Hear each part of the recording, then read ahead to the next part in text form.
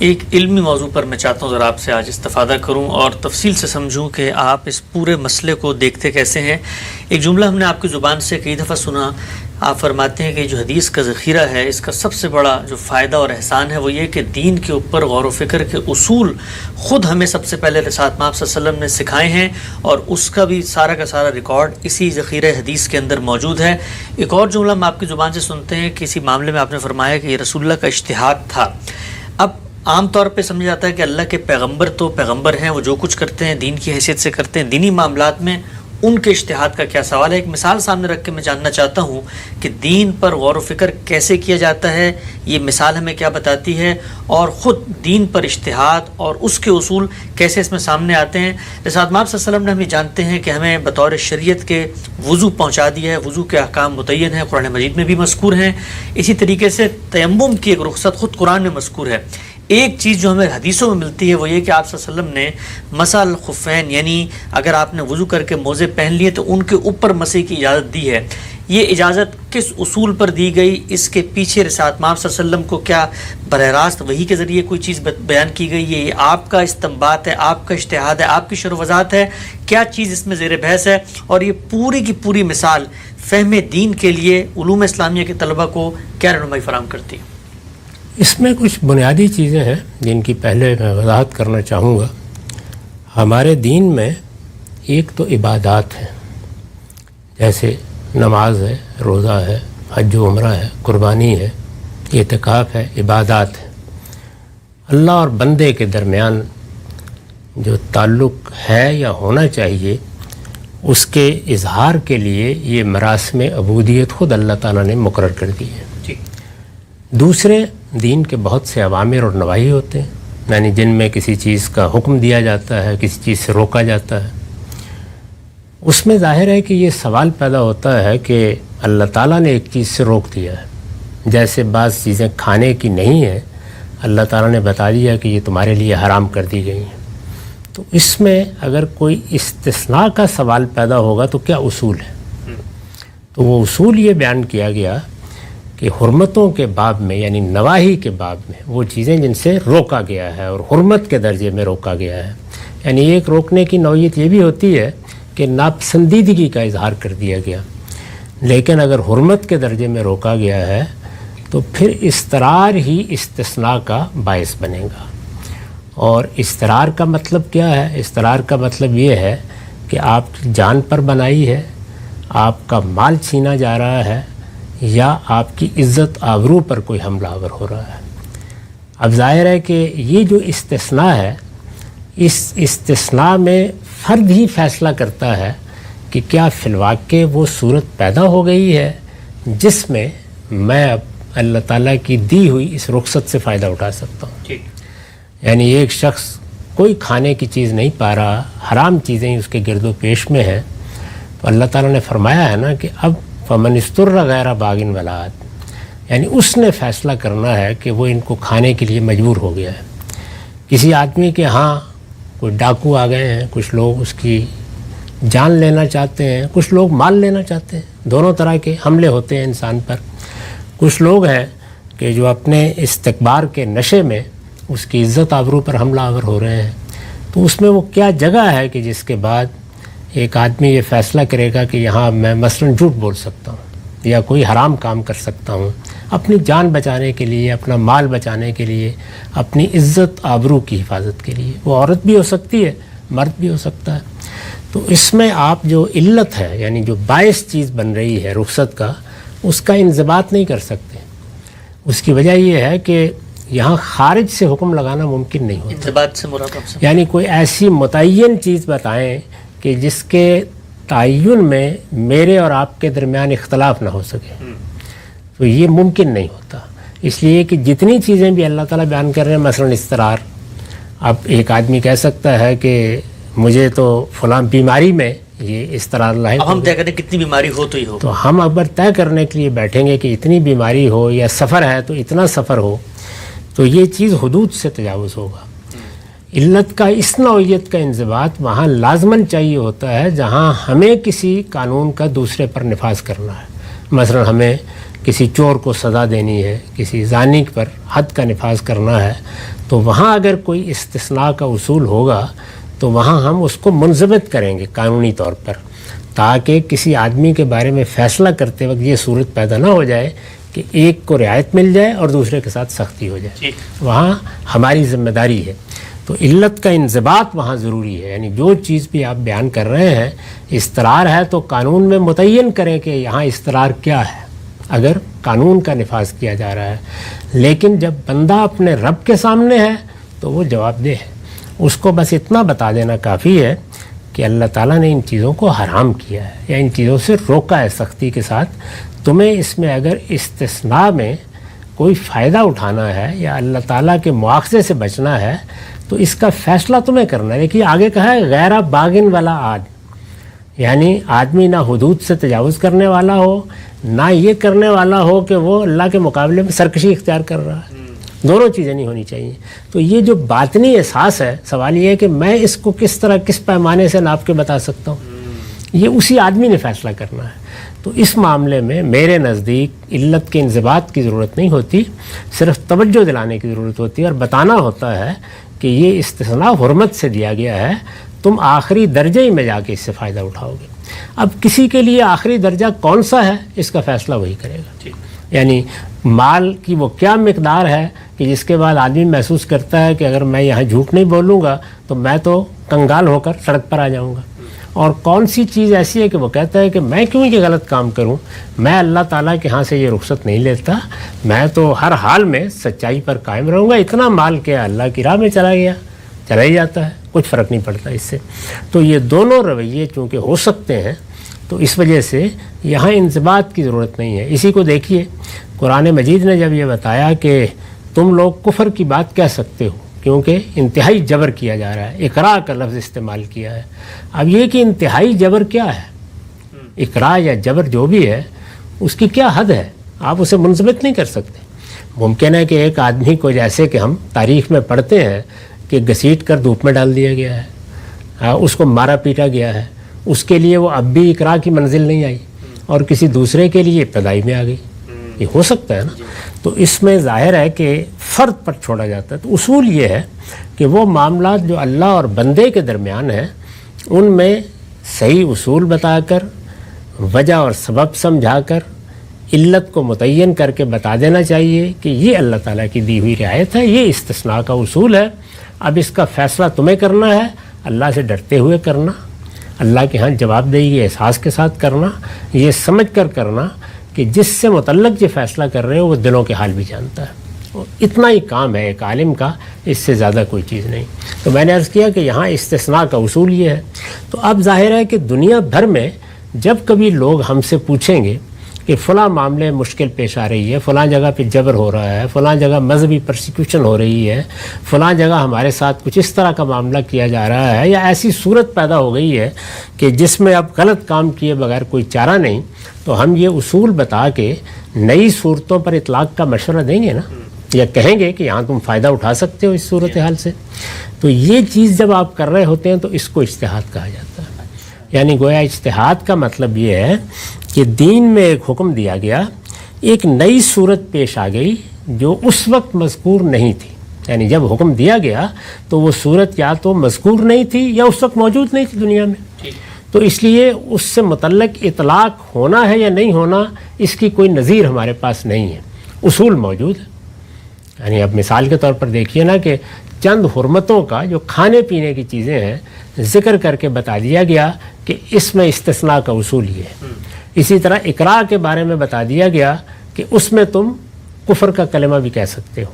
اسی طریقے سے لونڈیوں کے بارے میں بتا دیا گیا کہ ان کو اگر مجبور کیا جاتا ہے کہ یہ بدکاری کریں، ان کو پیشہ کرنے پہ مجبور کیا جاتا ہے، ان اردنا تحسنا، یہ دل میں پاک دامنی کا احساس رکھتی ہیں اور چاہتی ہیں کہ ہم پاک دامن رہیں، اور اس مجبوری کی وجہ سے ان کو بدکاری کرنا پڑ رہی ہے، تو اللہ تعالیٰ غفور الرحیم ہے، وہ بخشنے والا ہے، وہ مواخذہ نہیں کرے گا۔ تو یہ سب کیا ہے؟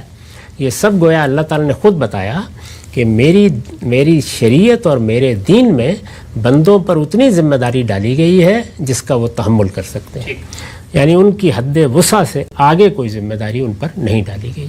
تو تو اس کے لیے یہ استثناء کے قاعدے بیان کر دیے گئے ہیں. تو ان کا اطلاق اب کون کرے گا؟ یعنی جب نئی صورت پیش آئے گی، کوئی نیا موقع پیدا ہو جائے گا استثناء کے لیے، تو ایک شخص کرے گا نا جس کو معاملہ پیش آیا، یا کوئی عالم اگر مشورہ دے گا، رائے دے گا، تو وہ بتا دے گا کہ یہ موقع ایسا ہے کہ اس میں تم فائدہ اٹھا سکتے ہو. یہ صورتیں ایک نہیں، دو نہیں، دسیوں پیش آ سکتی ہیں اور آتی ہیں، ہماری زندگی میں پیش آتی ہیں. ہمارے فقہا اس کی بنیاد پر لوگوں کو بتاتے ہیں. آج کے زمانے میں بھی لوگ رجوع کرتے ہیں تو ان کو بتایا جاتا ہے. تو یہ ایک باب ہے.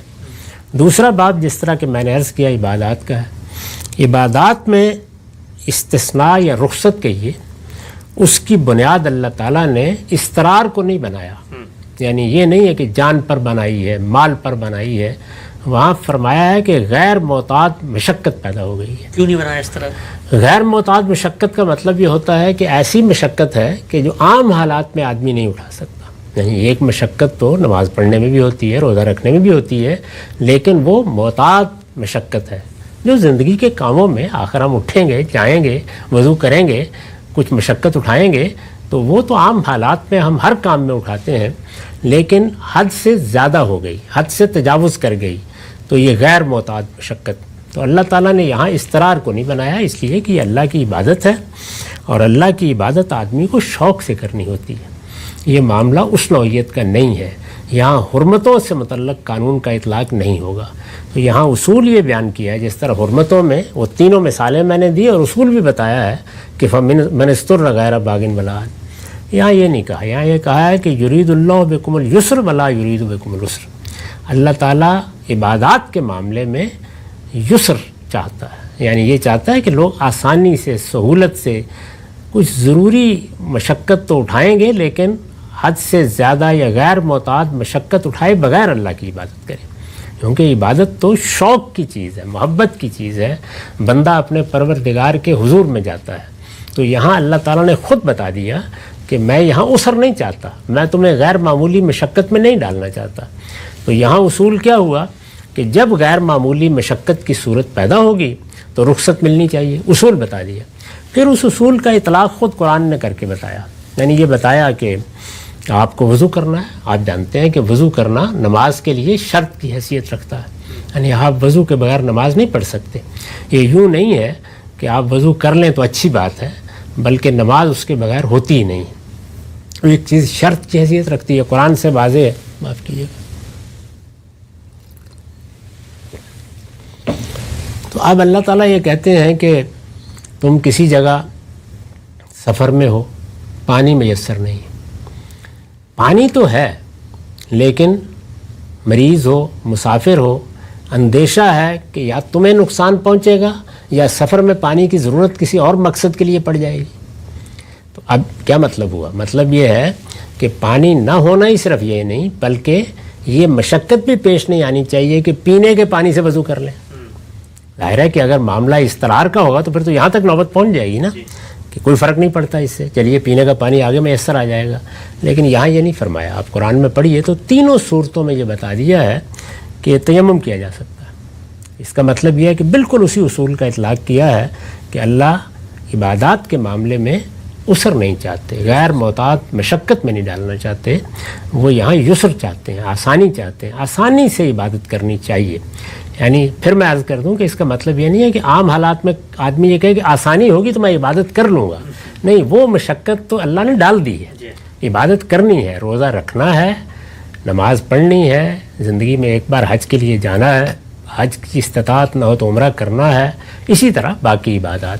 تو عبادت کرنی ہے. لیکن اگر اس طرح کی صورت پیش آ جائے جیسے کہ میں نے ابھی مثال دی، تو اللہ تعالیٰ نے وہ شرط اٹھا دی، لیکن اس کے ساتھ ایک تعلیم دی. وہ تعلیم یہ دی کہ عبادات کے معاملے میں چونکہ انسان اپنے پروردگار کے ساتھ ایک نفسیاتی احساس کے ساتھ متعلق ہوتا ہے. اللہ تعالیٰ سامنے تو نہیں ہے نا.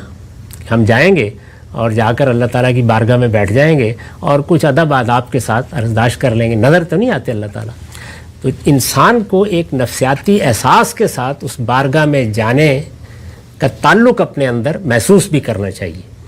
اس کو سامنے رکھ کر یہ کہا ہے کہ تمہیں اگر پانی میسر نہیں ہے یا مریض ہو یا مسافر ہو اور پانی کا استعمال موضوع نہیں ہے تمہارے لیے، تو تم کیا کرو؟ تیمم کر لو.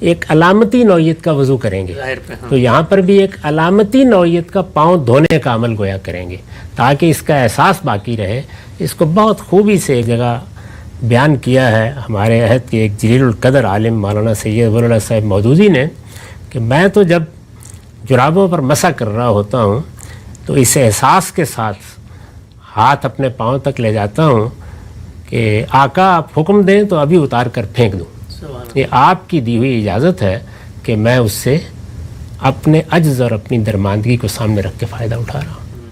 تو یہی چیز حضور سے بھی جب سیدنا عمر نے پوچھا کہ یہ آپ نے جو اجازت یا جو رخصت دی گئی تھی اس میں تو خوف کی صورت میں تھا، تو اس کا اطلاق سفر کی آپاداپی پر بھی کر دیا، تو آپ نے فرمایا اس کو اللہ کی طرف سے صدقہ سمجھ کے قبول قصر کرو۔ نماز تو ہر جگہ تو وہ دونوں اصول سامنے رکھ کر آپ نے یہ بات کی، لیکن اب آپ کو رخصت دی گئی ہے تو آپ دیکھیے کہ رخصت میں بھی تو اس اصول کا لحاظ کرنا پڑے گا نا جو حرمتوں میں بتایا کہ غیر باغن ولا۔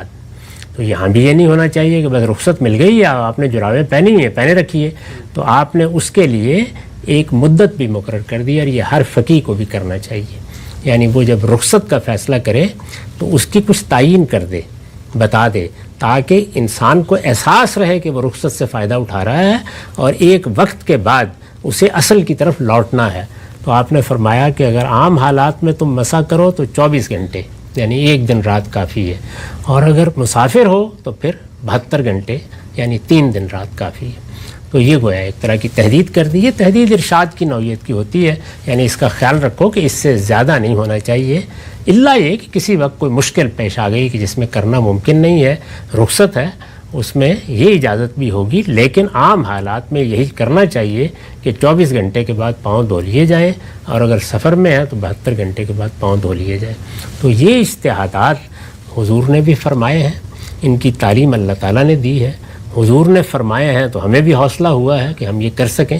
چنانچہ تمام فقہاء اسی اصول پر جب نئی صورت پیش آتی ہے تو حکم کا اطلاق بھی کرتے ہیں، اور اگر کوئی استثناء یا رخصت کا موقع ہوتا ہے تو استثناء کا فیصلہ بھی کرتے ہیں اور رخصت بھی دیتے ہیں۔ اچھا، سبحان اللہ، بہت ہی غیر معمولی گفتگو تھی یہ کہ یہ اجتہاد دین میں جو کیا جاتا ہے کتنی باریک سائنس ہے اور کس قدر دقت نظر کا یہ مطالبہ کرتا ہے۔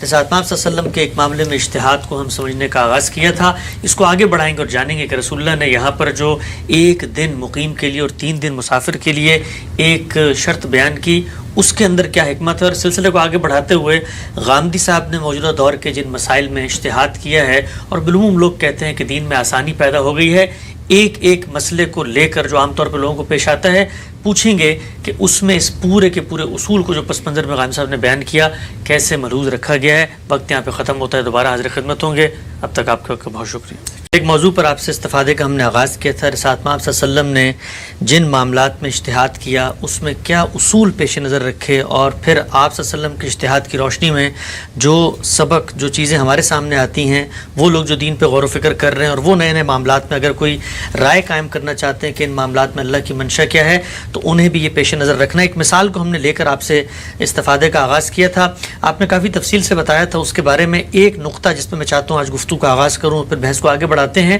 یہ بتائیے گا، آپ نے فرمایا تھا کہ وہ معاملات جو بندے اور خدا سے متعلق ہیں اس میں علت کا انضباط، یعنی اس میں پہلے سے کوئی کرائیٹیریا طے کر کے حدود و شرائط قیود بیان کر کے یہ معاملہ نہیں ہوگا، بلکہ بندے پہ چھوڑ دیا جائے گا اور وہ اپنی حالت کے لحاظ سے کوئی معاملہ کرے گا۔ تو یہ بتائیے کہ پھر یہ اللہ تعالیٰ کے پیغمبر نے اس معاملے میں بندوں پہ کیوں نہیں چھوڑا کہ وہ اپنے اپنے معاملات کے لحاظ سے مسائل الخفین کر لیں؟ وہاں پر کیوں یہ کہا گیا کہ 1 دن مقیم کے لیے اور 3 دن اور رات مسافر کے لیے؟ دو بالکل الگ الگ باتیں ہیں۔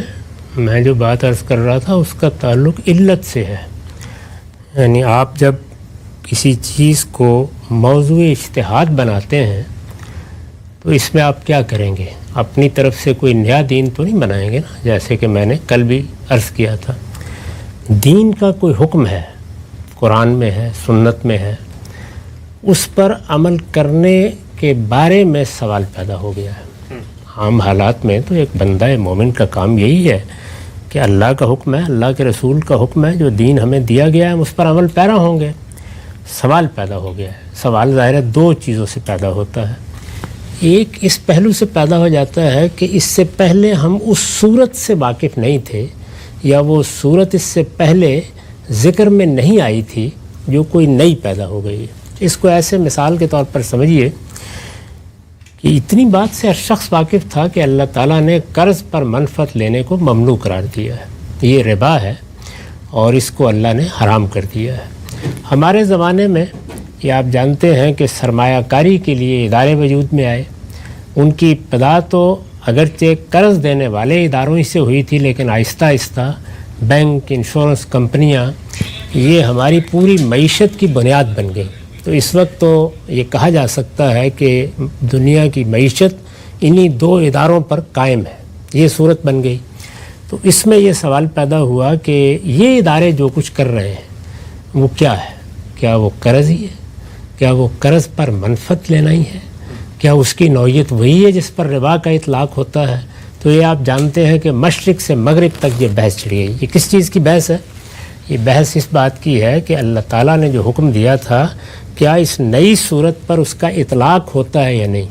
تو اپلیکیشن کی بحث پیدا ہو جاتی ہے۔ یہ بحث قیامت تک کسی چیز کے بارے میں پیدا ہو جائے گی۔ ایسے ہی آپ نے دیکھا کہ جب انشورنس کا نظام وجود میں آ گیا تو اس میں لوگوں کو بہت فائدہ ہوا، فائدہ ہوتا ہے، بلکہ بعض جگہوں کے اوپر تو اس کے بغیر اب زندگی کا تصور ناممکن ہو گیا۔ اس میں بھی بہت سے سوالات ابتدا میں پیدا ہوئے، اور یہ آپ جانتے ہیں کہ ہمارے بہت سے علماء آج بھی اس پر اعتراض کرتے ہیں۔ تو وہ کیا اعتراض ہے؟ وہ یہی ہے کہ ان کو یہ محسوس ہوتا ہے کہ شاید ہمیں سود سے روکا گیا ہے، اس میں کوئی سود کی چیز ہے، شاید ہمیں قمار سے روکا گیا ہے، اس میں کوئی قمار کا عنصر ہے، شاید ہمیں ضرر اور غرر کے معاملات کرنے سے روکا گیا ہے، اس میں کوئی ضرر اور غرر کا معاملہ ہے۔ تو وہ چیزیں جو پہلے سے دین میں موجود ہیں، یہاں پر بھی کیا بحث ہو رہی ہے؟ ان کے اطلاق کی بحث ہو رہی ہے۔ یہ جو اطلاق آپ کرتے ہیں کہ یہ نئی صورت بھی اس کے تحت آتی ہے یا اس کے تحت نہیں آتی، تو یہ اجتہاد ہے۔ اچھا، اسی طرح سے دوسری چیز یہ ہوتی ہے کہ آپ کو کوئی ایسی مشکل پیش آ گئی جس میں دین کے کسی حکم پر عمل کرنا آسان نہیں رہا، تو میں نے یہ عرض کیا تھا کہ اس میں دو اصول قائم کر دیے گئے ہیں کہ حرمتوں کے معاملے میں جان، مال، آبرو کو خطرہ لاحق ہو جائے تو حرمت کے ارتکاب پر مواخذہ اٹھ جاتا ہے، یہ اللہ تعالیٰ نے بیان کر دیا، یعنی استثناء کی بنیاد وہاں یہ ہے۔ اور عبادات کے معاملے میں یہ ہے کہ غیر معمولی مشقت پیش آ گئی، تو اس میں اللہ تعالیٰ کہتے ہیں کہ کسی دوسری صورت پر چلے جائیے، یعنی اگر وضو کرنا ممکن نہیں تو تیمم پر چلے جائیے۔ تو اس میں آپ کیا کرتے ہیں؟ یعنی ایک آپ کے پاس مقیس علیہ ہوتا ہے جس پر آپ قیاس کر رہے ہوتے ہیں، ایک مقیس ہوتا ہے جس کو آپ قیاس کر رہے ہیں، ایک آپ کے پاس وہ حکم ہوتا ہے جس کو آپ جاننا چاہتے ہیں۔ تو کس بنیاد پر قیاس کریں گے؟ وہ بنیاد علت ہوتی ہے، وہ اس چیز کی حقیقت ہوتی ہے۔ تو اگر آپ اسی مثال کو لے لیں تو اس مثال میں مقیس علیہ کیا ہے؟ تیمم کا حکم ہے، وہ قرآن مجید میں بیان ہو چکا ہے، اس پر قیاس کر رہے ہیں۔ اچھا، کس چیز کو قیاس کیا گیا ہے؟ جرابوں پر مسح کو۔ مسئلہ کیا پیش آ گیا ہے؟ وہی رخصت کا حکم معلوم کرنا ہے کہ کیا یہاں بھی آتا ہے یا نہیں آتا۔ تو اب جب معلوم کرنا ہے کہ رخصت کا حکم اس پر آتا ہے یا نہیں آتا، تو حکم کو جب آپ یا اٹھائیں گے یا اس کا انطباق کریں گے، دونوں صورتوں میں اس کو طے کریں گے نا، اس کی حقیقت کیا ہے۔ تو وہ حقیقت جب طے کی جاتی ہے تو کیا وہ حقیقت منضبط ہونی چاہیے؟ یہ بحث تھی، یعنی علت کا انضباط زیر بحث تھا۔ جب آپ یہ کہتے ہیں کہ سفر میں آپ مسح کر سکتے ہیں، یا یہ آپ کہتے ہیں سفر میں آپ قصر پڑھ سکتے ہیں، تو سفر ایک ایسی چیز ہے کہ جس کا اطلاق ہو سکتا ہے کہ کوئی آدمی گھر سے نکلنے پر کرے، اور کوئی دوسرا آدمی یہ کہے کہ یہ کیا سفر ہوا، یہ تو میں ساتھ والے گاؤں میں گیا تھا، سفر کا اطلاق تو کوئی 10-20 میل کے فاصلے پہ ہونا چاہیے، بحث ہو جائے گی نا یہ۔ تو یہ منضبط علت نہیں ہے، یعنی جب آپ نے محض سفر کہہ دیا یا جب آپ نے محض مشقت کہہ دیا تو آپ کو اس کا انضباط کرنا ہوتا ہے، یعنی آپ متعین طور پر بتائیں کیونکہ اس آدمی نے رخصت سے فائدہ اٹھانا ہے۔ اس پر میں نے یہ عرض کیا تھا کہ شخصی معاملات میں اس کی ضرورت نہیں ہوتی، یعنی اس میں یہ بتا دینا کافی ہے کہ تم اللہ کے بندے ہو، اللہ تعالیٰ نے یہ رخصت اس اصول پر دی ہے، تم سفر میں ہو تو سفر کی نوعیت خود بتا دے گی تمہیں کہ تمہیں اس رخصت سے فائدہ اٹھانا چاہیے یا نہیں اٹھانا چاہیے۔ اسی طرح مرض کا معاملہ ہے، قرآن نے کہا ہے نا کہ اگر تم مریض ہو یا مسافر تو روزہ چھوڑ سکتے ہو، اس کا مطلب رخصت دے دی گئی۔ تو اس علت کے انضباط کی بحث ہوتی ہے اصول فقہ میں کہ یہ منضبط ہونی چاہیے، یعنی ایسی کوئی چیز ہونی چاہیے کہ جس میں ایسی نوعیت نہ بن جائے کہ آپ اٹھیں اور کہیں کہ یہ سفر ہے اور میں 300 میل پر بھی اس کا اطلاق کرنے سے انکار کروں، تو متعین کریں۔ تو ہمارے فقہا کوشش کرتے ہیں۔ اس پر میں نے یہ عرض کیا کہ میرے نزدیک اس کی کوئی ضرورت نہیں ہے۔ لوگوں کو یہ توجہ دلانی چاہیے کہ تم اللہ تعالیٰ سے رخصت کا فائدہ اٹھا رہے ہو، وہ تمہارا خالق ہے، تمہیں اس کے سامنے جواب دہ ہونا ہے۔ تو بس یہ سمجھو کہ اللہ نے یہ تمہارے اوپر ایک عنایت فرمائی ہے، اس عنایت کے معاملے میں وہی رویہ ہونا چاہیے جو استثناء میں ہے، غیر باغن ولا عاد، حد سے تجاوز نہیں ہونا چاہیے، اور آدمی کو اس جگہ سے آگے نہیں بڑھنا چاہیے جتنی ضرورت ہے۔ تو اس لیے خود اس کا خیال کرو کہ وہ کتنا مرض ہے جس پر تمہیں فائدہ اٹھانا چاہیے، کتنا سفر ہے یا سفر کی کیا کیفیت ہے جس پر تمہیں فائدہ اٹھانا چاہیے۔ تو یہی معاملہ مسے میں ہوگا، یہی سب چیزوں میں ہوگا۔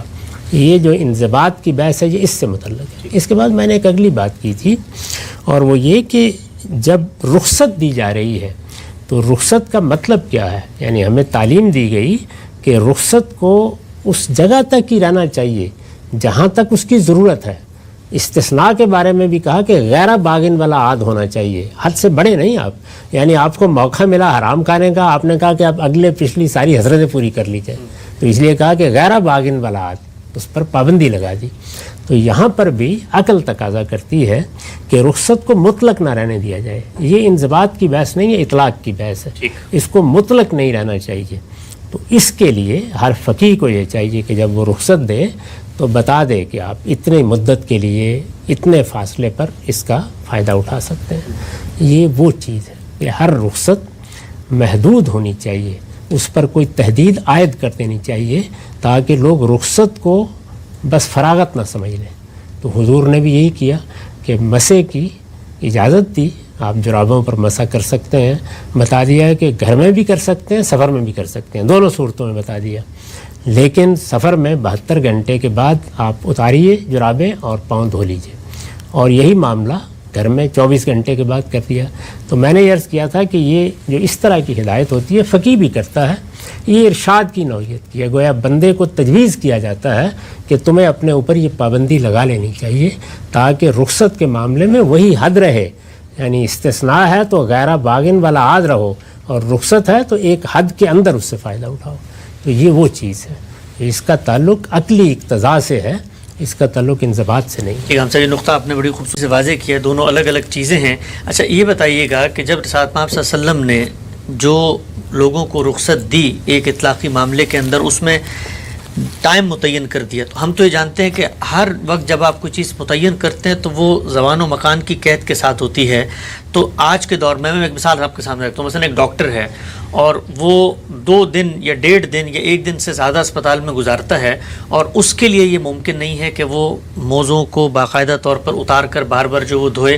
تو اب وہ مقیم ہے لیکن اس کے لیے دن زیادہ ہو گیا ہے، تو کیا آج کے دور میں کوئی فقیہ آگے بڑھ کے کہہ سکتا ہے کہ تمہارے لیے مقیم ہوتے ہوئے بھی مسح علی الخفین 1 دن سے زیادہ کی مجاز ہے؟ اس میں چونکہ رسول اللہ صلی اللہ علیہ وسلم نے ایک بات کر دی ہے تو اس کو ایسے ایک فقیہ کو بیان کرنا چاہیے کہ عام حالات میں تم اس پر عمل کرو گے، کوئی اور مشکل پیش آ جائے تو وہی اصول جس پر رخصت دی گئی ہے وہ اس تحدید سے بھی رخصت کا باعث بن جائے گا۔ یعنی اصول ایک ہی ہے جو اوپر سے چل رہا ہے، اور وہ یہ کہ آدمی کو غیر معمولی مشقت پیش آ گئی ہے۔ غیر معمولی مشقت نے پاؤں دھونے سے آپ کو مستثنیٰ کر دیا کہ اگر ایک بار وضو کر کے جرابیں پہن لی ہیں تو اب ضروری نہیں کہ اتاری جائیں۔ تو یہ رخصت کس اصول پر دی گئی؟ غیر معمولی مشقت۔ اب 1 دن کی یا 3 دن کی پابندی میں بھی غیر معمولی مشقت پیدا ہو گئی تو اسی اصول پر یہاں بھی رخصت دے دیں۔ تو اس طرح سے دین کے معاملات کو ایک قاعدے کے ساتھ بیان بھی کرتے ہیں اور اس پہ غور بھی کرتے ہیں۔ ٹھیک ہے صاحب، 2 مثالیں میں لیتا ہوں۔ پچھلے دنوں میں آپ نے اس طرح ایک نئی صورتحال جب پیش آئی اس پر اپنی رائے کا اظہار کیا، بظاہر لوگوں نے سمجھا کہ شاید یہ بغیر کسی اصول کے ہے اور ایک طرح سے آسانی پیدا کر دی گئی ہے۔ جو دونوں باتیں آپ نے بتائیں کہ عبادات کے معاملے میں اگر مشقت ہوتی ہے تو جو اسوہ سامنے آیا وہ یہ کہ جو آپ کو رخصت مل رہی ہے اس کو عادت نہ بنائیں اور شبہ صورت کو قائم رکھیں، یعنی یہ نہیں ہے کہ آپ پوری کی پوری وہ صورت ہی ختم کر دیں، قائم مقام اس سے کمتر کی طرف جائیں۔ نماز کا مسئلہ پیدا ہوا ہمارے یہاں کرونا وائرس کے دنوں میں، اور آپ نے آ کر یہ فرمایا کہ جی آپ آن لائن نماز پڑھ لیں مثال کے طور پہ، تو اب وہاں پر بہت سارے سوالات پیدا ہوئے، نہ امام ہے، نہ امام کو تو آگے ہونا چاہیے مسجد میں، اس کے بعد تکبیر ہوتی ہے، اقامت ہوتی ہے، اذان ہوتی ہے، جماعت کی پوری نماز کا معاملہ تھا۔ علماء نے یہ کہا کہ بھئی آپ انفرادی پڑھ سکتے ہیں، پڑھ لیں، لیکن یہ جماعت کو وہاں پر لے کر نہ جائیں۔ تو مجھے یہ بتائیے گا کہ یہ آپ نے بھی ایک اجتہاد فرمایا، تو اس اجتہاد کو کرتے ہوئے جو دونوں پہلو تھے ان کو کیسے آپ نے سامنے رکھا؟ اسی طرح ملحوظ رکھا، یعنی ایک آفت آ گئی ہے، ایک بڑی مصیبت ہے، اس میں لوگوں کی جان کو خطرہ ہے، یعنی یہاں تو معاملہ غیر معمولی مشقت سے آگے بڑھ گیا۔ یہ وہ جگہ ہے کہ جس میں حرمتوں سے استثناء مل جاتا ہے، جان کو خطرہ لوگوں کو لاحق ہو گیا، تو اس میں اب کیا وہ مسجد میں جائیں؟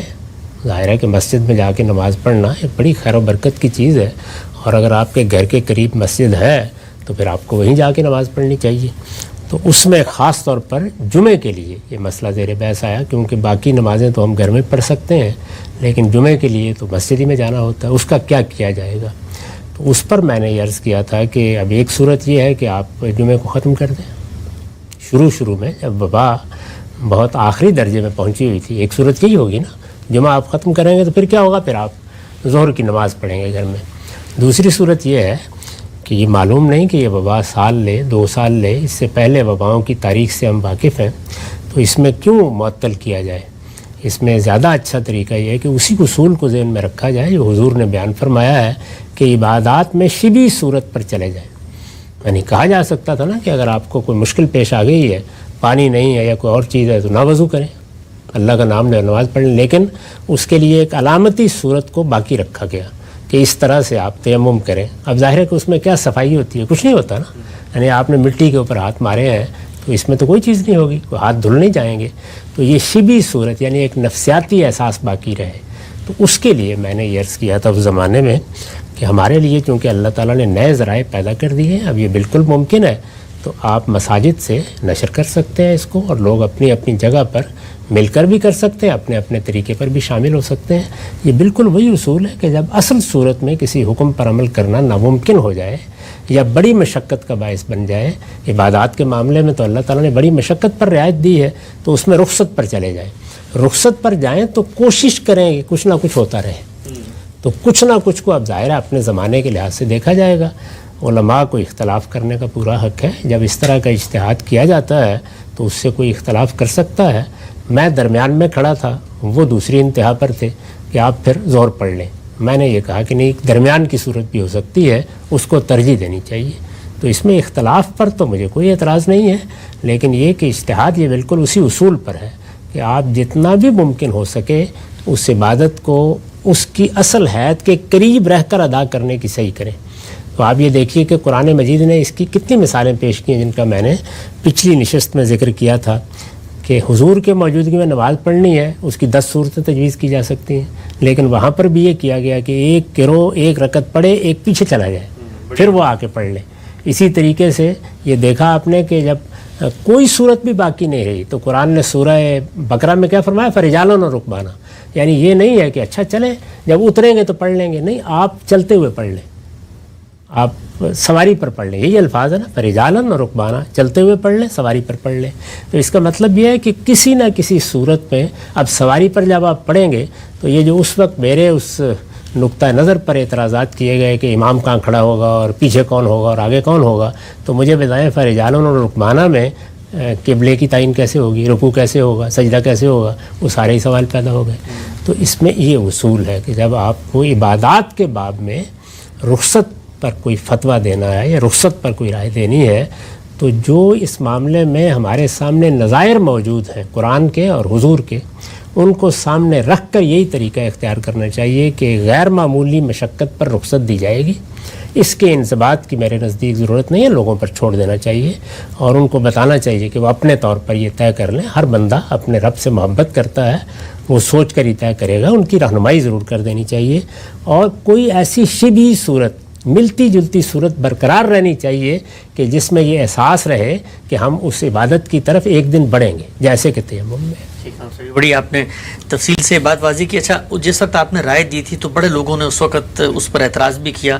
تو میں یہ پوچھنا چاہتا ہوں، جو شبھی صورت ہے مثلا، اس کو قائم رکھتے ہوئے، قائم مقام تجویز کرتے ہوئے کیا چیزیں مثلا ایک شخص کے پیش نظر رہیں گی؟ اب جماعت کی نماز ہے تو ہم دیکھتے ہیں جماعت کی نماز کے بنیادی جو عناصر ہیں ان میں صفیں بننا ہے، اسی طریقے سے امام کی جو گفتگو ہے، انتقال ہونا ہے، اس کا وہ مجھ تک پہنچنا ہے، اور ایک مثال کے طور پہ جگہ ایک ہونی ہے جہاں پر کھڑے ہو کے ہم نماز پڑھ رہے ہوتے ہیں، وقوع ایک مقام پر ہوتا ہے.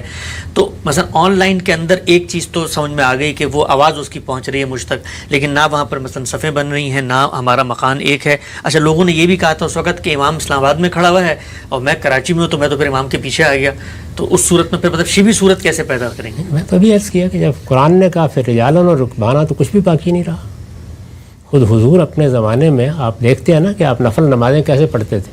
یعنی ایک مرتبہ اونٹنی پر بیٹھے بیٹھے قبلہ رخ ہو کے نماز کی نیت کر لی، اس کے بعد جدھر اونٹنی جا رہی ہے چلی جا رہی ہے. تو یہ صحیح طریقہ نہیں ہے سوچنے کا. یعنی اس میں جو روح ہے وہ یہ ہے کہ ہم زیادہ سے زیادہ کتنے قریب رہ سکتے ہیں. تو اس میں دیکھیے کہ آن لائن کا مطلب کیا تھا. یعنی آپ اپنے گھر میں ہیں اور آپ نے اپنی اسکرین سامنے کھول لی ہے، اس میں آپ امام کی تمام حرکات دیکھ رہے ہیں، اور ایک ذہنی لحاظ سے امام آپ کے سامنے کھڑا ہے، وہ امامت بھی کر رہا ہے. تو یہ احساس موجود رہا.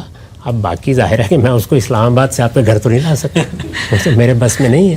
لیکن اصول وہی ہے جو میں نے آپ کو بتایا، اور ہر جگہ ایسے ہی کرنا چاہیے. میرے نزدیک اس میں چونکہ لوگوں کی صحیح تربیت نہیں کرتے ہم، کہ اگر اجتہاد کا موقع آیا ہے اور عبادات جیسی چیز کے بارے میں ہے، اور عبادات کو کوئی معمولی چیز نہیں سمجھنا چاہیے، یہ اللہ تعالیٰ کے ساتھ ہمارے تعلق کا اظہار ہے. اس میں ہم جتنا قریب رہ سکتے ہیں اس کی کوشش کریں گے. اس کی بڑی نفیس مثالیں موجود ہیں، یعنی کیا کرنا ہے، کس موقع پر کیا کرنا ہے. تو حضور نے بھی جو بعض غیر معمولی اجتہادات کیے ہیں، ان کے اندر اتر کر آپ دیکھیں تو کیسے آپ ان چیزوں کا لحاظ رکھتے ہیں. اب مثال کے طور پر دیکھیں نا، جو سب سے بڑا معاملہ آپ نے کیا ہے وہ قربانی کا ہے، سب سے بڑا معاملہ. اصول میں کہاں سے بات چلی ہے؟ اصول میں یہاں سے بات چلی ہے کہ اللہ تعالیٰ نے جو عبادات مقرر کی ہیں ان میں پرستش کی عبادت نماز ہے، اطاعت کی عبادت روزہ ہے، اور نظر کی عبادت حج ہے. یعنی حج گویا اس بات کی تمثیل ہے کہ میں اپنے آپ کو اپنے پروردگار کی نظر کرنے کے لیے لبیک لبیک کہتے ہوئے حاضر ہو گیا ہوں. شیطان کے خلاف جنگ میں میں رحمان کی طرف کھڑا ہو گیا ہوں، اور رحمان نے مجھے بلایا ہے، اور میں شیطان کے سر پر کنکر برسانے کے لیے لبیک اللہم لبیک کہتے ہوئے آ گیا ہوں. یہ تمثیل ہے ساری. حج ظاہر ہے سب سے بڑی عبادت ہے. اب حج کے لیے آپ نے اپنے گھر سے نکلنا ہے، آپ نے جانا ہے، آپ کو سفر خرچ چاہیے، آپ کی صحت چاہیے، یہ سب چیزیں چاہیے. ہر آدمی ہر سال تو نہیں جا سکتا. تو پہلی چیز تو یہ کی گئی کہ زندگی میں ایک مرتبہ لازم کر دیا گیا. اس کے سوا اگر آپ نہیں کر سکتے تو کوئی بات نہیں. اب اس کے بعد خود اللہ تعالیٰ نے اپنے قانون میں کیا کیا؟ یہ کیا کہ جو لوگ اس خاص موقع پر نہیں آ سکتے، 5 دن کی مشقت نہیں اٹھا سکتے، سفر خرچ ان کے لیے اس موقع پہ مشکل ہے، بڑا ہجوم ہوگا، ہو سکتا ہے عمر کے تقاضے سے یا کسی اور تقاضے سے اس کی مشقت نہ اٹھا سکیں، تو اس کے قائم مقام کے طور پر ایک حج اصغر پیدا کر دیا. وہاں کیا ہے؟ اب آپ وہاں کہیں گے کہ شیطان کو کنکر تو مارے ہی نہیں، کہیں گے نا، مینا میں تو گئے ہی نہیں ہیں، عمرے میں کچھ بھی نہیں کرتے نا، لیکن وہ حج اصغر ہے. ایسے ہی کہا ہے نا قرآن نے. خود قرآن نے بتایا ہے کہ حج اکبر ہے اور یہ حج اصغر ہے. یعنی گویا حج ہی جب آپ کو استطاعت نہیں ہوتی کرنے کی تو اس کے قائم مقام کی حیثیت عمرہ اختیار کریں. اور اس پر ظاہر ہے کہ یہی کہا جائے گا کہ اگر آپ حج کی استطاعت نہیں رکھتے عمرہ کر لیں. اچھا، اب ہر آدمی عمرے کے لیے بھی نہیں جا سکتا، تو کیا وہ نظر کی عبادت سے محروم رہ جائے؟ تو رسول اللہ صلی اللہ علیہ وسلم نے اللہ تعالیٰ کے ایما سے اس کے لیے 10 ذوالحج کو ایک عبادت مقرر کر دی. تو اب اس میں کیا کیا آپ نے؟ اس میں چند چیزیں اٹھا لی، یعنی قربانی اٹھا لی، تکبیریں اٹھا لیں جو آپ مینا میں پڑھ رہے ہوتے ہیں، اور اس کے ساتھ یہ بتا دیا کہ جیسے احرام میں تم ناخن نہیں کاٹتے، بال نہیں تراشتے، یہ اہتمام کر لو. یہ کر دیا نا. اور یہ آپ کے علم میں ہے کہ جب ایک شخص نے کہا کہ میرے پاس تو کوئی جانور خریدنے کے پیسے بھی نہیں ہیں، تو فرمایا کہ وہ پہلا کام کر لو، یہی پوری قربانی ہے. تو یہ کیا کیا آپ نے؟ یہ بالکل دیکھیے کہ ایک اصل کو سامنے رکھ کر آپ نیچے آتے چلے گئے. تو اب آپ اس پر گفتگو یہ کریں کہ یہ تو بالکل حج کے قائم مقام ہے نا، نظر کی عبادت ہے. یعنی جو لوگ حج عمرے کے لیے نہیں جا سکتے وہ ہر سال یہ کرتے ہیں عبادت، ان کی وہی عبادت ہو جاتی ہے جو انہوں نے حج میں جا کے کرنی ہے، اسی کے قائم مقام ہے. لیکن کوئی آدمی یہاں فقیہ العصر سوال اٹھانا شروع کر دے کہ اس میں تو بیت اللہ کا طواف بھی نہیں ہوا، یہ بھی نہیں ہوا، کیسے کہتے رسول اللہ تمام ہو گئی؟ اس کو چھوڑیں. اللہ تعالیٰ کہتے ہیں کہ تم نے حج کے لیے احرام باندھا، گھر سے نکل کھڑے ہوئے، حالات ایک جیسے نہیں رہتے، ایسی صورت پیدا ہو گئی کہ آگے راستے ہی بند ہو گئے، جیسے حضور کے لیے بند ہو گئے تھے. یہ معلوم ہے نا کہ حدیبیہ کے موقع پر قریش نے اجازت نہیں دی جانے کی، تو اس موقع پر کیا فرمایا؟ جو جانور ساتھ لائے ہو قربانی کر دو، حج ہو گیا. مجھے بتائیں کیسے ہو گیا؟ نہ حرم میں پہنچے نہ کچھ. اس لیے یہ ہے اصل میں دین کا فہم، دین کی بصیرت، کہ اس میں کیسے چیزیں اسی طرح ایک ترتیب کے ساتھ آتی ہیں اور کس طرح کم تر صورتوں کو پہلے اختیار کیا جاتا ہے. یہ بات کہ اب کچھ بھی کرنے کے قابل نہیں رہے، یعنی ایک آدمی بیمار ہے، اٹھ بھی نہیں سکتا، رکوع بھی نہیں کر سکتا، سجدہ بھی نہیں کر سکتا، تو یہی کہیں گے نا کہ اشاروں سے پڑھ لو. تو ہو سکتا ہے کہ ایک وقت ایسا آ جائے کہ اشاروں سے بھی نہ پڑھ سکتا ہو، ایسا ہو سکتا ہے نا. تو کیا کہیں گے آپ کہ دل میں تسبیحات کرتے رہو، یہی کہیں گے نا، اس کے سوا کیا کہیں گے؟ تو یہ اصول یہ ہیں، ان کو سامنے رکھ کر اجتہاد کرنا چاہیے. تو اجتہاد کے معاملے میں لوگوں کو تربیت دینی چاہیے، نہ یہ لوگوں کو فارغ کر دینے کا نام ہے اور نہ اس میں کوئی غیر معمولی مشقت کے باوجود اصرار کرنا چاہیے. اگر یہ صورت پیدا ہوئی جیسے کہ بعد میں لوگوں نے مانا، مجھے یہ بتائیں کہ پھر صفیں کہاں رہیں؟ پھر 6-6 فٹ کے فاصلے پر لوگ کھڑے ہوئے نا، یہ سب ہو گیا. حرم میں بھی آپ کو پابندی لگانی پڑی. ابھی حال میں آپ نے دیکھا ہے کہ حجر اسود کا استلام بھی، یعنی آپ جا کر بوسہ دیں، ختم کر دیا گیا. ابھی حال میں پھر اجازت دی ہے. تو یہ سب کیا ہوا ہے؟ یہ وہی کچھ ہوا ہے جو میں نے عرض کیا تھا. اس پہ کیا مختلف چیز؟ لیکن یہاں سے بڑی ہی اہم بات آپ سے ہوئی گفتگو. اچھا یہ خاتمہ کرتے ہیں، سوچنے سمجھنے کا بڑا سامان ہے اس میں، لیکن جس وقت آپ نے مثلا وہ رائے دی تھی، بڑا طوفان اٹھا، تو ایک بڑے لطائف بھی سامنے آیا. تو ایک صاحب نے یہ بھی کہا کہ میں آن لائن اگر نماز پڑھ رہا ہوں اور بجلی چلی جائے تو پھر غامدی صاحب کی فقہ کے مطابق کیا ہوگا؟ میرا امام تو غائب ہو گیا. جی ہاں، وہی جواب بھی ہوتا ہے. بارہا مجھے اس کا تجربہ پیش آیا. عید کی نماز میں، جمعہ کی نماز میں، بڑے اجتماع میں بجلی چلی گئی.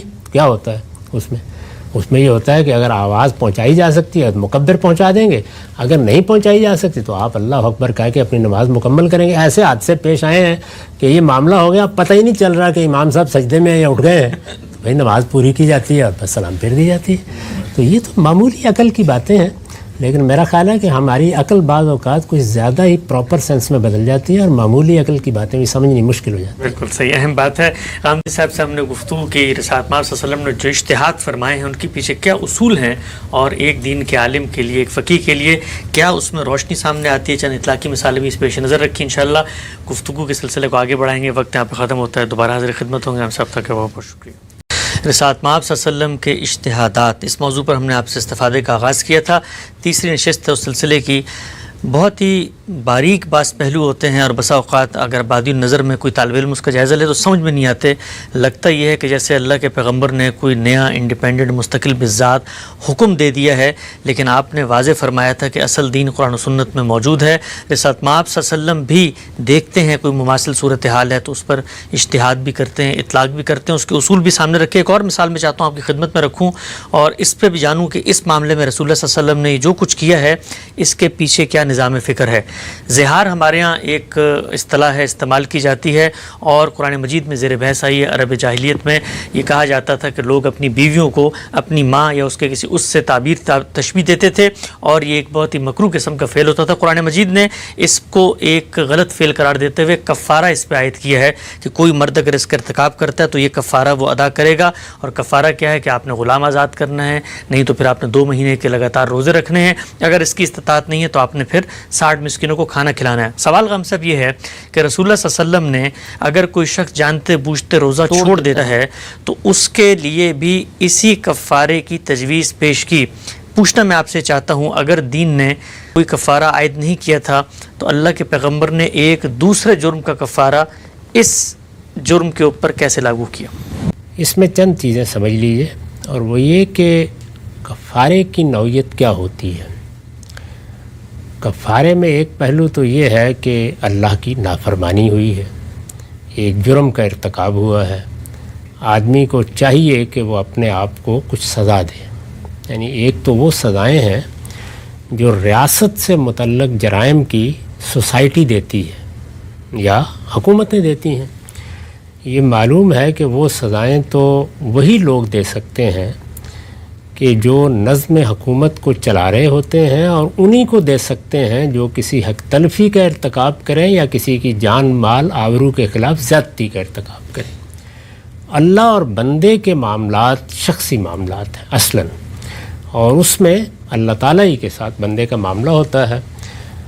اس کی ایک مثال قسم ہے، یعنی ایک آدمی نے کوئی کام کرنے یا نہ کرنے کی قسم کھا لی، اور پھر اس کے بعد ایسے حالات پیدا ہو گئے کہ وہ اب قسم توڑنے کے سوا کوئی چارہ نہیں اپنے ہاں پا رہا، تو اللہ کی نافرمانی ہوگی نا۔ اللہ کو گواہ کر کے گویا ایک وعدہ کیا گیا تھا، اس کا اعلان کیا گیا تھا، جب آپ قسم توڑیں گے تو اس پر قرآن نے کفارہ عائد کیا ہے، اللہ کی نافرمانی پر کفارہ ہوا۔ اسی طرح کا معاملہ زہار میں ہے جس کی آپ نے مثال دی، قرآن میں زیر بحث آیا ہے، یہ قسم کا کفارہ بھی قرآن میں بیان ہوا ہے۔ تو اس میں یہ کہا گیا ہے کہ اگر کوئی شخص اس طرح اپنی بیوی کو کہتا ہے کہ انت علیہ کا زہر امی، یہ عربوں کے ہاں کا طریقہ تھا، غصے میں آ گئے، جیسے ہمارے ہاں لوگ واہی تباہی جو منہ میں آتا ہے کہہ دیتے ہیں، تو ان کے ہاں بھی یہ تھا کہ اس طرح کسی غصے کی حالت میں کہہ دیتے تھے کہ تم تو اب میرے لیے ایسے ہی ہو جیسے کہ میری ماں کی پیٹھ۔ تو یہ بات جب کہہ دی جاتی تھی تو اس کو ایک طرح کی طلاق سمجھا جاتا تھا کہ اب سب تعلقات خراب ہوئے۔ قرآن مجید نے اس لغو بات کے بارے میں تنبیہ فرمائی اور یہ کہا کہ یہ کوئی معمولی چیز نہیں ہے، میاں اور بیوی کا رشتہ اپنے اندر بڑا تقدس رکھتا ہے، اس لیے اس طرح کے جملے اور لغو جملے نہیں نکلنے چاہیے زبان سے۔ چنانچہ اگر تم لوٹانا چاہتے ہو، یعنی یہ طلاق اگر اس سے بچنا چاہتے ہو اور بیوی کی طرف رجوع کرنا چاہتے ہو تو پھر تمہیں یہ کفارہ ادا کرنا ہوگا، تو اس کو کفارہ زہار کہا جاتا ہے۔ اگر آپ اس کے اوپر غور کریں اس کفارے پر، تو یہ ایک طرف تو تنبیہ ہے، یا کہہ سکتے ہیں آپ کہ اللہ تعالیٰ کی نافرمانی پر سزا ہے۔ روزے کا معاملہ بھی اس میں کوئی شک نہیں کہ بہت غیر معمولی ہے، کیونکہ پرستش کی عبادت نماز ہے، نظر کی عبادت حج ہے، اور پھر حج کے بعد عمرہ قربانی وہ اسی ذیل کی عبادتیں ہیں۔ روزہ اطاعت کی عبادت ہے، اس میں ایک بندہ مومن کو مجسم اطاعت بننا ہے، یعنی اللہ تعالیٰ کے ساتھ جو ایک حاکم مطلق کا تعلق ہے کہ وہ ہمارا بادشاہ ہے اور ہمیں اس کے احکام کی اطاعت کرنی ہے، اس کو ہم ممثل کرتے ہیں روزے میں۔ تو اس میں آدمی نے روزہ رکھا اور توڑ دیا تو بڑی نافرمانی ہو گئی۔ تو جس طرح زہار ایک بڑی نافرمانی ہے، اسی طرح یہ بھی ایک بڑی نافرمانی ہے۔ نافرمانی کے اعتبار سے دونوں یکساں ہیں۔ جب دونوں یکساں ہیں تو رسول اللہ صلی اللہ علیہ وسلم نے فرمایا کہ وہاں بھی اللہ کے ایک باندھے ہوئے ضابطے کو تم نے غلط طریقے سے توڑنے کی کوشش کی، اللہ نے اس پر کفارہ مقرر کیا ہے، تو یہاں بھی کفارہ دینا چاہیے۔ یہ قیاس ہے، جس طرح کا قیاس ہم بھی بہت سی صورتوں میں کرتے ہیں۔ کوئی آدمی غلطی کرتا ہے تو توجہ دلاتے ہیں کہ اب اپنے اوپر کچھ نہ کچھ کفارہ عائد کرو، کوئی چند روزے رکھ لو، کچھ نماز پڑھ لو، کچھ انفاق کر دو، تو کہتے ہیں آدمی کو اس طریقے کی بات آپ بھی کہہ سکتے ہیں۔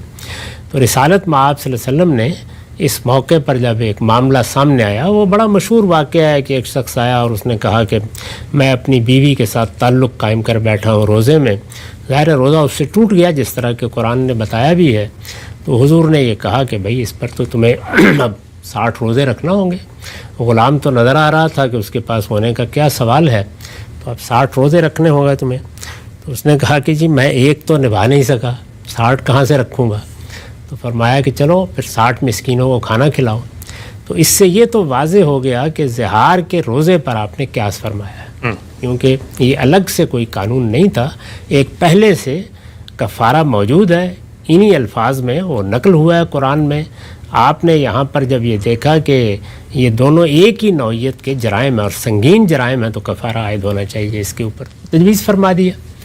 اب اس میں جو اگلا سوال پیدا ہوتا ہے وہ یہ ہے کہ جیسے ہی اس شخص نے یہ کہا کہ 60 مسکینوں کو، میں تو خود مسکین ہوں، یعنی 60 مسکینوں کو کھانا میں کہاں سے کھلاؤں گا؟ تو آپ فرمایا کہ انتظار کرو۔ وہ وہاں بیٹھا رہا تو کوئی صاحب کوئی کھجوروں کا ٹوکرا لے آئے جو 60 مسکینوں کے لیے بھی کافی تھا۔ تو آپ نے فرمایا کہ جاؤ لے جاؤ اور جا کر اپنا کفارہ ادا کر لو۔ اس نے کہا جی میں اس کا سب سے زیادہ مستحق بھی میں ہی۔ تو رسالت مآب صلی اللہ علیہ وسلم بھی ہنس پڑے اور آپ نے فرمایا کہ جاؤ جا کے کھا لو، یعنی پھر آپ نے اصرار نہیں کیا اس بات پر۔ تو اب یہ سوال اس میں ایک نازک سوال پیدا ہوتا ہے، وہ یہ کہ کفارہ جب عائد کر دیا آپ نے تو پھر کفارہ اٹھ کیسے گیا؟ یعنی آپ کو تو جواب میں یہی کہنا چاہیے تھا نا. تو اس میں دیکھیے بڑی نازک چیز کا آپ نے لحاظ رکھا ہے، وہ یہ ہے کہ جس وقت کفارہ آپ پر عائد ہوتا ہے تو اس کا ایک پہلو یہ ہے کہ ایک جرم کیا گیا ہے، ایک نافرمانی کی گئی ہے، لیکن یہ واجب نہیں ہوا. یعنی یہ ہونا تو چاہیے کہ تم اپنے آپ کو سزا دو. یہ واجب کب ہوتا ہے؟ واجب اس وقت ہوتا ہے، زہار میں دیکھیے، اگر وہ بیوی کو لوٹانا چاہے. یعودون لما قالوا، اس کی مثال ایسے ہی ہے جیسے کسی آدمی کو جنابت لاحق ہوئی تو غسل اس پر واجب نہیں ہو جاتا اس وقت تک جب تک کہ نماز کا وقت نہیں آ جاتا. یعنی نماز کے لیے چونکہ وہ طہارت ضروری ہے تو اگر اب نماز پڑھنی ہے تو پھر ہوگا. تو اس نزاکت کا احساس کیا آپ نے تو یہ فرمایا کہ تمہیں کفارہ ادا کرنا چاہیے تھا، یہ بہتر تھا کہ تم کفارہ ادا کرتے. لیکن اگر فرض کیجئے کہ یہی صورتحال ہے تمہاری کہ ایسے ہی مسکین ہو تو پھر آپ نے اصرار نہیں فرمایا. لیکن اگر صورتحال وہ ہوتی جیسے قسم میں یہ ہوتا ہے کہ آپ نے جس چیز کو کرنے یا نہ کرنے کی قسم کھائی ہوتی ہے، اب آپ قسم توڑ کے وہ کام کرنا چاہتے ہیں یا وہ نہیں کریں گے، تو اس وجہ سے ایک معاملہ ہونا ہے امرن، اس کے لیے کفارہ واجب ہو جاتا ہے. اسی طرح زہار میں کہا ہے نا کہ یعودون لما قالوا، اگر تم اسی چیز کی طرف لوٹو گے تو پھر عائد ہو جائے گا. اور اگر فرض کیجئے کہ کسی آدمی نے زہار کیا، یہ کہا کہ انت علیہ کظہر امی، اس کے بعد اس نے اس کو طلاق سمجھ کے بس فارغ کر دیا، وہ بیوی کو لوٹانا نہیں چاہتا تو کفارہ عائد نہیں ہوگا نا، یعنی واجب نہیں ہوگا. اس کے باوجود اگر کوئی فقیہ اس کو یہ توجہ دلائے کہ تم نے ایک بڑے جرم کا ارتکاب کیا تھا، یہ صحیح ہے لیکن بہتر ہے کہ خود کفارہ ادا کر دو. تو کیا اندازہ ہوا؟ وہ یہ ہے کہ اگر تو ازالہ کرنا ہے تو پھر تو کفارہ واجب ہو جائے گا. اگر ازالہ نہیں کرنا تو حضور نے بہت باریکی سے توجہ دلائی کہ پھر چاہیے، پھر ایسا کرنا چاہیے تمہیں. تو یہ نبی صلی اللہ علیہ وسلم کے جو اجتہادات ہیں جب آپ ان کے اندر اتر کر دیکھتے ہیں تو اس طرح کی نازک ترین چیزوں کا بھی ان میں لحاظ ہے. قرآن مجید میں بھی آپ غور کریں تو اس کی بڑی عمدہ تعلیم ہمیں دی گئی ہے، اس کی مثالیں موجود ہیں. میں نے قرآن مجید کی بعض چیزوں کی طرف پچھلی نشست میں بھی اشارہ کیا تھا. ایک پورا باب ہے قرآن میں حرمتوں کا، خاص طور پر کھانے پینے کی چیزوں کی حرمتوں کا. اس میں بھی ایسی ہی نازک چیزوں کا لحاظ کیا ہے. یعنی آپ یہ دیکھیے نا کہ یہ بات جب ایک مرتبہ بیان کر دی کہ تمہارے لیے تمام طیبات حلال ہیں اور تمام خبائث حرام ہیں، تو ایک قاعدہ عامہ بیان ہو گیا، اصول بیان ہو گیا. اب یہ بتا دیا گیا کہ کھانے پینے کی چیزوں میں ہر مسلمان کو اس کا لحاظ کرنا چاہیے کہ وہ طیبات ہوں گے، وہ خبائث نہیں ہوں گے. طیبات اور خبائث میں بعض چیزیں بالکل بدیہی ہیں. جیسے کوئی آدمی بھی اگر آپ اس کو کہیں کہ تم اپنا بول و براز کھا لو تو وہ فوراً اس سے کراہت محسوس کرے گا. کتنی چیزیں ہیں کہ جن سے ہماری کراہت انتہائی شدید ہوتی ہے. اگر کسی آدمی کو مجبور کیا جائے کہ ان کو کھاؤ یا پیو تو ہو سکتا ہے کہ وہ اپنی جان دے بیٹھے اور کھانے کے لیے تیار نہ ہو. تو طیبات و خبائث کا ایک فرق تو بالکل بدیہی ہوتا ہے جو میں آپ سب جانتے ہیں، بلکہ وہ لوگ کے جو چیزوں کے بارے میں کوئی بہت زیادہ توجہ نہیں کرتے ان کے ہاں بھی وہ فرق پایا جاتا ہے. دوسرے یہ ہے کہ جہاں کچھ ابہام کا اندیشہ ہوتا ہے تو جانوروں میں بھی، جانور دنیا میں بہت سے ہیں، انسان ان کا گوشت کھاتا رہا ہے. اب تو ہمیں یہ بتایا جاتا ہے اور یہ بات قرینِ قیاس لگتی ہے کہ ابتدا میں زیادہ تر شکار پر اور پھلوں ہی پر انحصار رہا انسان کا، تو انسان جانوروں کا گوشت کھاتا رہا ہے. اس میں یہ سوال پیدا ہوتا ہے کہ جانوروں میں کیا؟ تو بہت سے جانور تو ایسے ہیں کہ ان کو دیکھتے ہی کراہت محسوس ہوتی ہے. یعنی جیسے بول و براز سے کراہت محسوس ہوتی ہے، ان کو بھی دیکھ کے کراہت گھن آتی ہے، تو آدمی نہیں کھائے گا. تو ظاہر ہے کہ اس کا فیصلہ بھی عقل کر لیتی ہے کہ یہ طیبات میں سے نہیں ہے.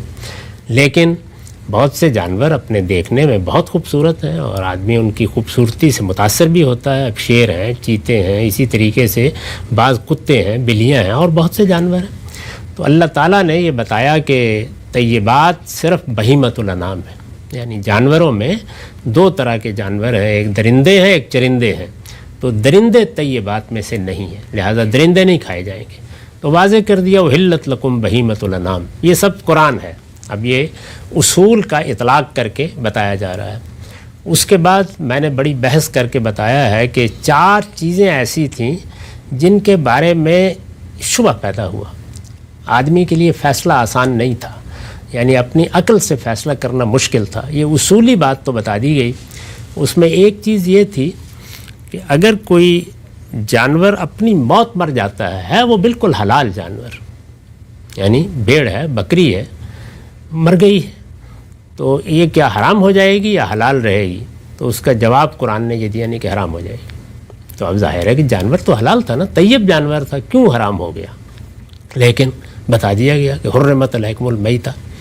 اس کے بعد یہ بتایا گیا کہ یہ جانور جن کا تم گوشت کھاتے ہو، تو انسان سب کچھ ہی کھا جاتا ہے جب جانور کو ذبح کرتا ہے، لیکن خون کے بارے میں یہ بتا دیا گیا کہ یہ حلال نہیں ہے. یعنی کیا مطلب؟ طیب نہیں ہے، یہ من جملہ خبائث ہے، اس کے تم قریب نہیں جاؤ گے.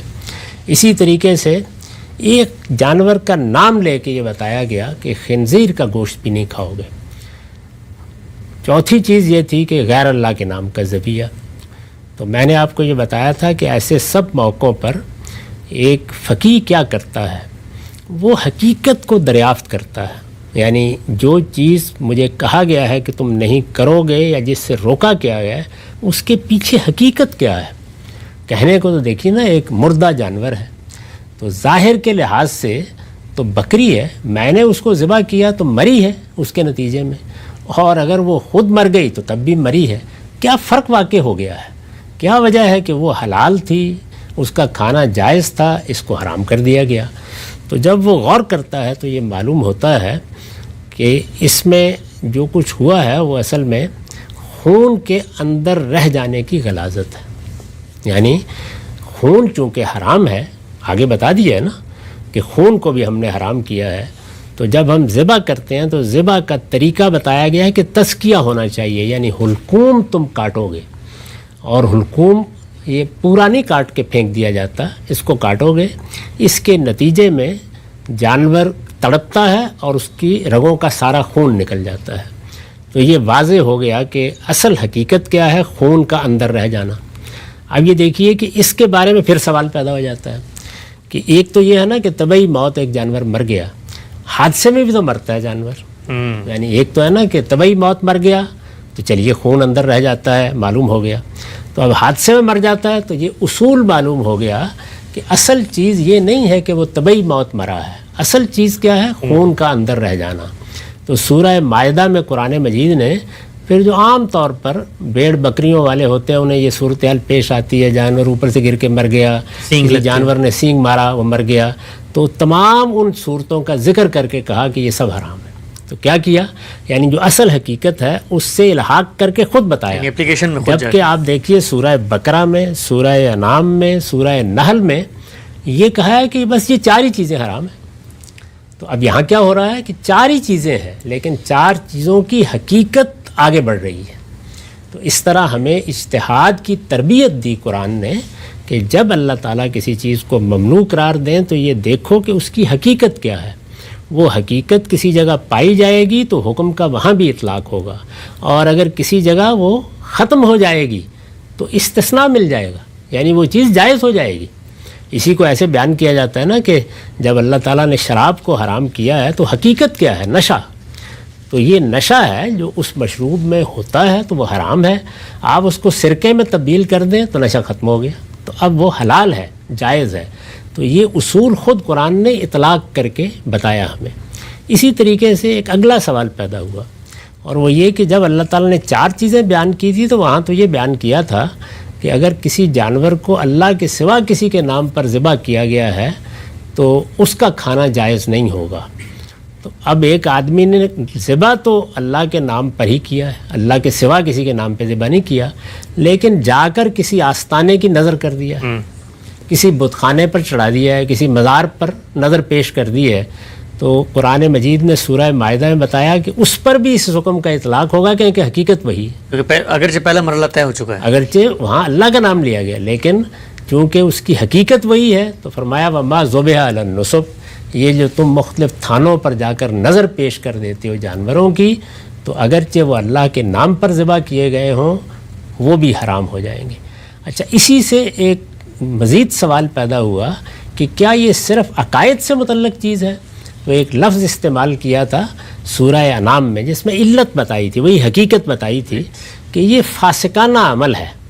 تو اب اس کے بعد اسی پر عطف کر کے مزید بتایا کہ ان تستقسموا للازلام، یعنی اگر تم کھانے کی کوئی چیز کسی ناجائز طریقے سے حاصل کرتے ہو تو وہ بھی حرام ہو جائے گی.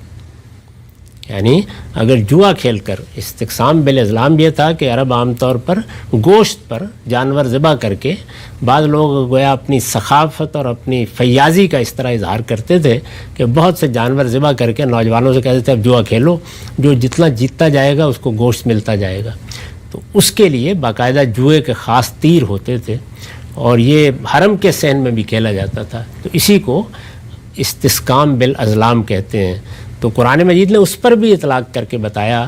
تو اس طرح گویا یہ بتایا گیا کہ جب تمہیں بھی کوئی مسئلہ دین کا پیش آئے تو پہلے یہ دیکھو کہ اس کی حقیقت کیا ہے. وہ حقیقت آگے بڑھے گی، اس کا اطلاق دوسری چیزوں پر ہوگا. اس میں اس سے بھی زیادہ نازک آگے ایک چیز بیان کی ہے، یعنی کس طریقے سے ایک کے بعد دوسری چیز، یعنی آپ دیکھیے نا 4 چیزیں بیان کرنے کے بعد اب پہلے بتایا کہ میتا کا اطلاق کس کس چیز پر ہو جائے گا. پھر یہ بتایا کہ یہ جو کہا گیا تھا کہ غیر اللہ کے نام پر ذبح کیا گیا ہے اس کا اطلاق بھی طبعاً کن چیزوں پر ہو جائے گا.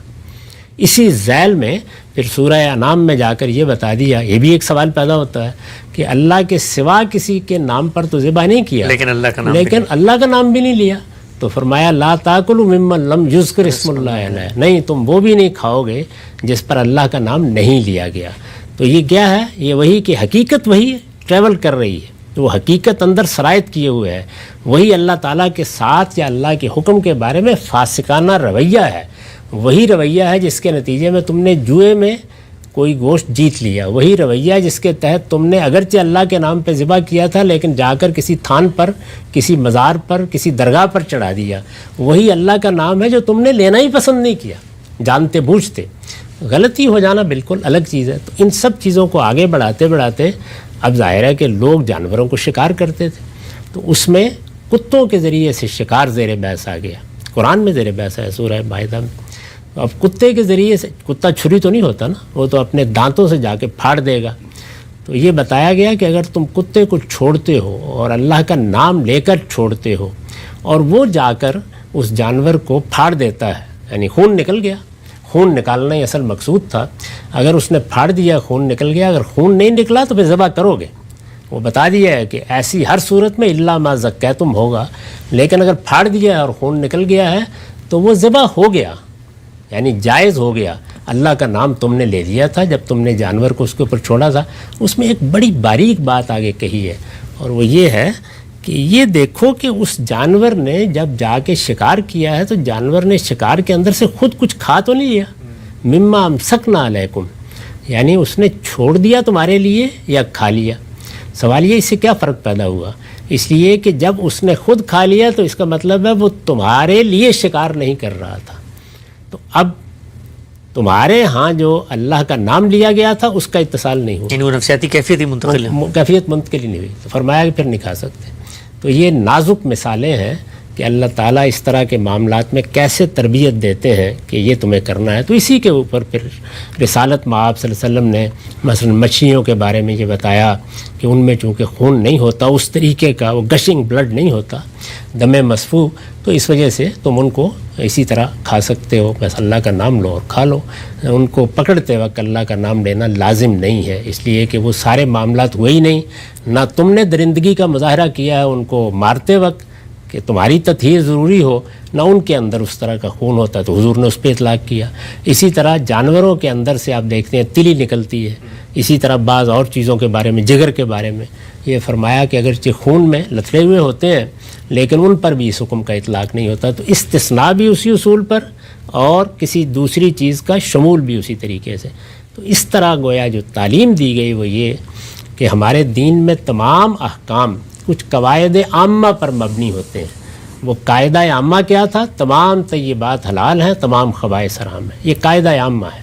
اس کا اطلاق دنیا کی ہر چیز پر ہم کریں گے، لیکن اس کے اطلاق میں جہاں جہاں مسئلہ پیدا ہو کہ کوئی نئی چیز سامنے آ گئی تو اب دیکھنا ہے کہ کیا اس پر اطلاق ہوتا ہے، کیا یہ طیب ہے، کیا یہ خبیث ہے. اسی طریقے سے اگر کسی جگہ کوئی حکم دیا گیا ہے تو اس کے تباً کچھ چیزیں پیدا ہو جائیں گی. وہاں دیکھو کس طرح اطلاق ہوتا ہے اور اس میں استثناء بھی ہوگا, یعنی بعض چیزوں پر کیا جائے گا, بعض چیزوں کے معاملے میں رخصت دی جائے گی. اس کے اصول کیا ہوں گے؟ تو بتایا گیا کہ حقیقت کو پہلے متعین کرو کہ کسی حکم کی بنیاد کس چیز پر رکھی گئی ہے.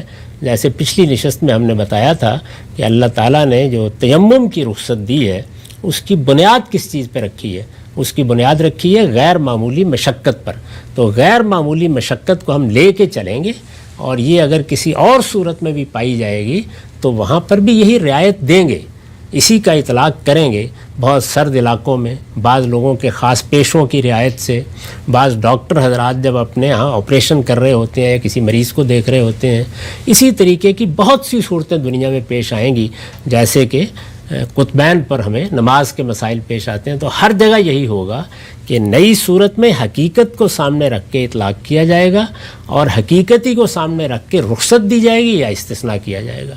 تو حضور کے ہاں بھی اور قرآن میں بھی اس کی بہت غیر معمولی اور بڑی نازک جگہوں تک تربیت دی گئی ہے اور اس کی بڑی عمدہ مثالیں ہیں. اسی کی مثال وہ بھی ہیں کہ جس میں حضور نے, قرآن نے جب یہ کہا کہ 2 بہنوں کو ایک نکاح میں جمع نہیں کرو گے, تو آپ نے فرمایا کہ یہی چیز تو خالہ اور بھانجی کو اگر ایک نکاح میں جمع کیا جائے, یہی چیز کیا ہے؟ یہی حقیقت.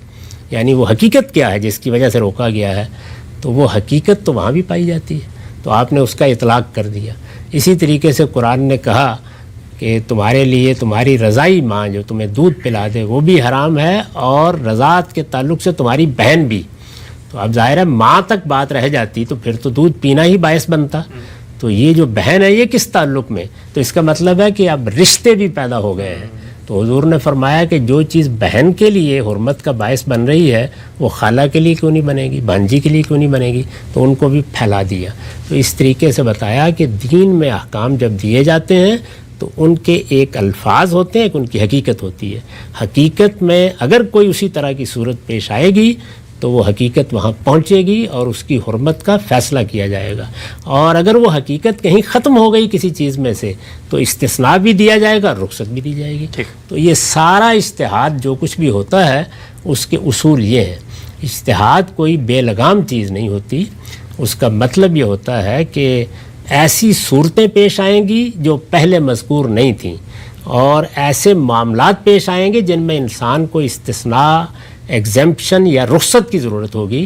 تو ایک فقیہ یا ایک دین کا عالم کیا طریقہ اختیار کرے؟ وہ حقیقت کو متعین کرے گا, قاعدہ عامہ کو سامنے رکھے گا, اور پھر اس حقیقت کے بارے میں یہ طے کرے گا کہ وہ وہاں پائی جاتی ہے یا وہاں سے ختم ہو گئی ہے. پائی جاتی ہے تو حکم کا اطلاق کر دے گا, اگر ختم ہو گئی ہے تو استثناء کا فیصلہ کر دے گا, اور وہ جو اصول ہے اس کو سامنے رکھے گا. وہ اصول کیا ہے؟ تمام طیبات حلال ہیں اور تمام خبائث حرام. سبحان اللہ غامدی صاحب, سبحان اللہ. اللہ آپ کے علم میں مزید اضافہ فرمائے. بہت ہی خوبی کے ساتھ ہم نے سمجھا غامدی صاحب سے کہ یہ کتنا باریک کام ہے اور کیسا ایک کوہرنٹ نظام فکر ہے دین کا. ہر حکم اور اس کا اطلاق